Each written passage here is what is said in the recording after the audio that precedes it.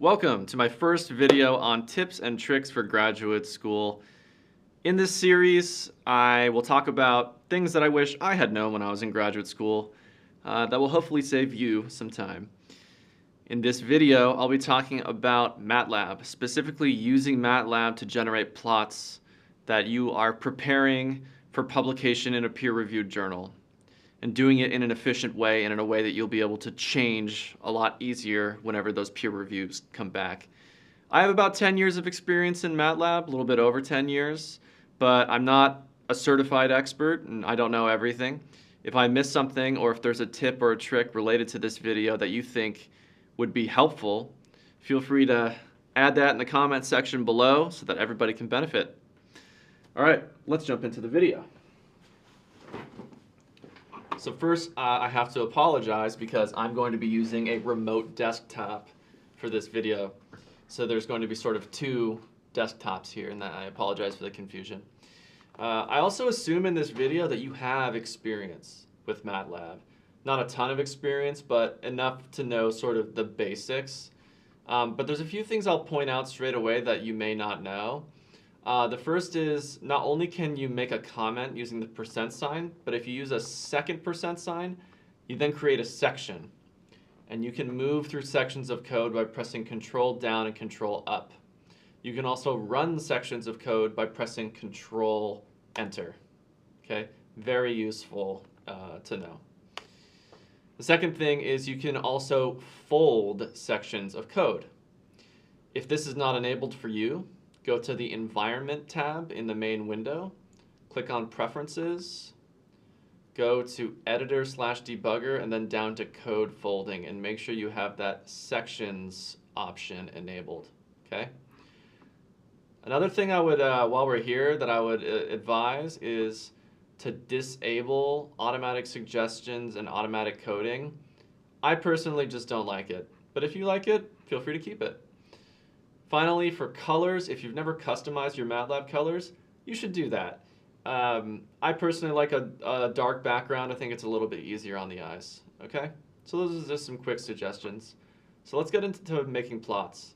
First of all, when you're making plots for publications, I highly recommend you have a separate code for creating the plots.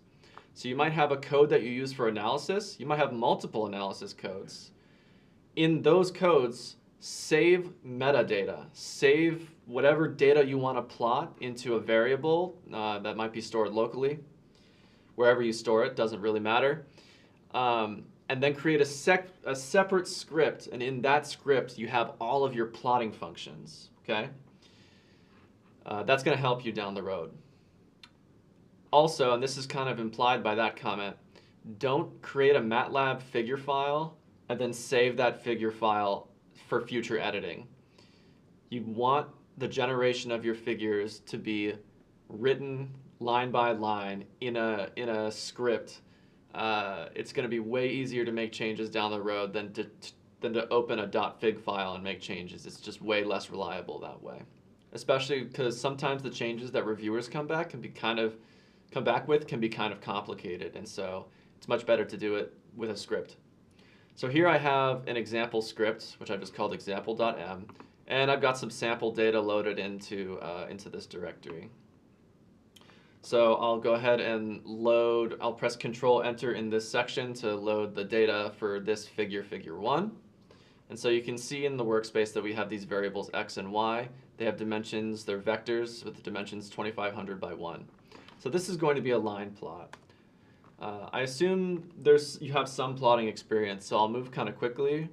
We type the figure command to create a plot, and then to create the actual plot itself, which goes on the figure object, we just type plot x comma y.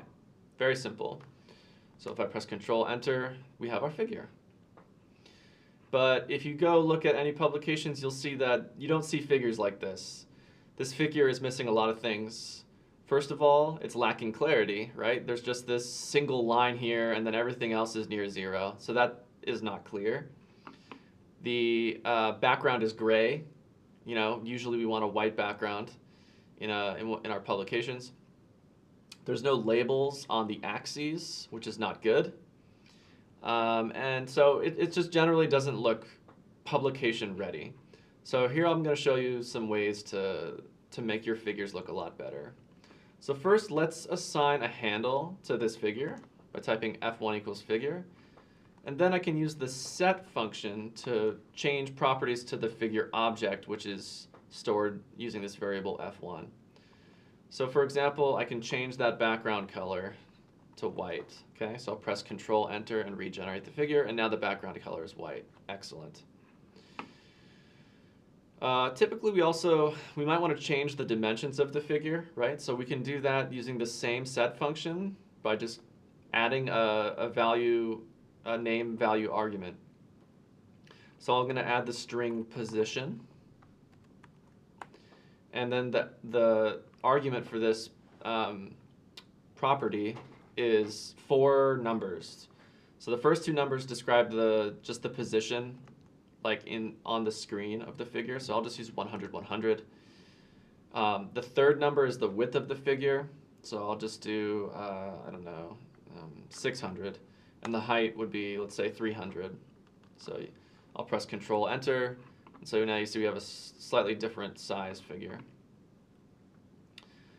To change the way the plot is displaying, we can see, you know, the trained eye might pick up that there's a high likelihood that this data is logarithmic in nature.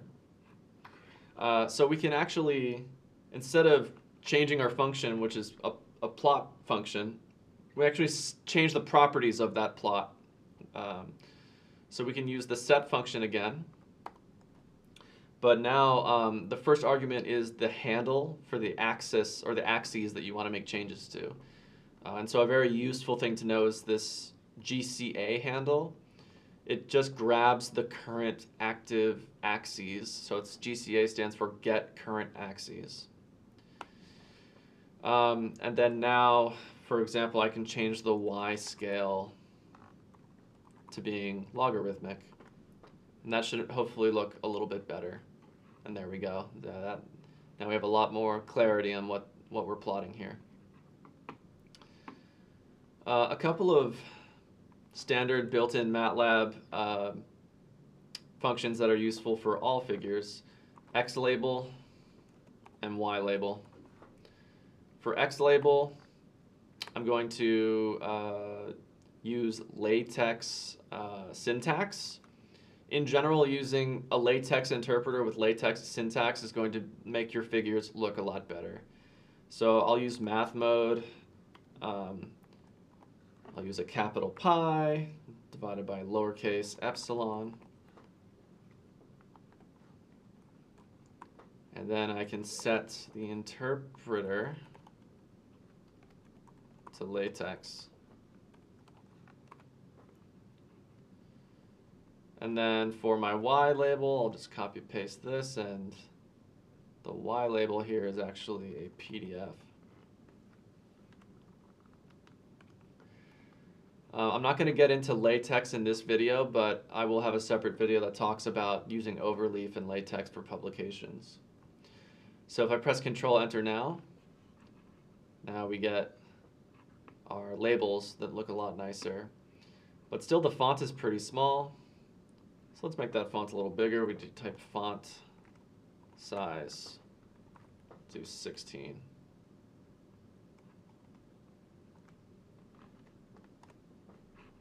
And there we go. One thing that looks a little bit funny about this, though, is the font for the axes is different from the interpreter, or from the LaTeX interpreter font. So a font that goes really well with that is actually Times New Roman.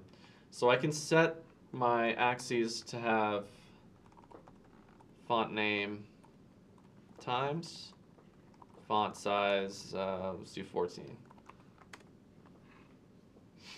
There we go, that looks a bit better. There's some more customization we could do with the vertical axis. Instead of changing the ticks or the tick labels, I'll just make the plot a little bit taller so that they automatically show up. I also think a grid would be useful for this plot, so we can use the grid on command, which makes things a little bit nicer here. I'm also using the default color for a plot, and you know, generally it's better to use visually clear color maps. The easiest and most straightforward when you have just one line on a plot is to use black. I also think it's helpful to change the default line width to something a little bit thicker. The default is 0.5, so here I'm going to use 1. And there we go. And that's nice and clear line. Now, if I was plotting multiple lines and I wanted to use a color map, which is something that looks really nice, so here I'll create 2 more plots, and I'll make sure to include a hold on command. This allows me to add more lines to the plot. And I'll do y plus 0.01, y plus 0.02, for example.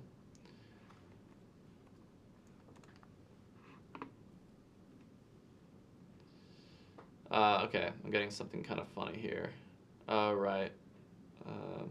You know what? Instead of changing y, let's change x. I'll do plus 1e4 plus 2e4. And then if I want to distinguish between these lines using a color map, I can create a new variable which I'll call CMap and set it equal to something,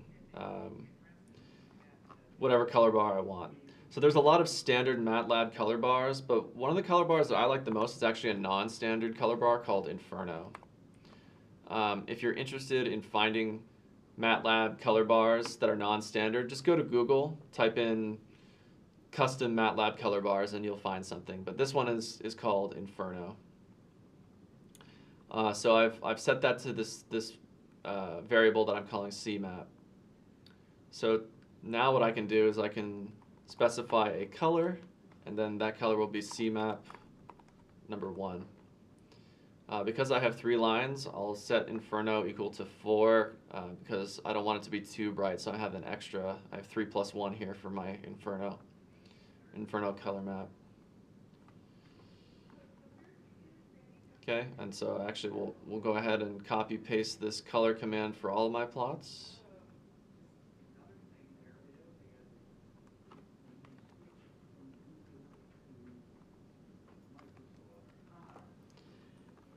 And now I can set, you know, number 2 and number 3 for my additional lines.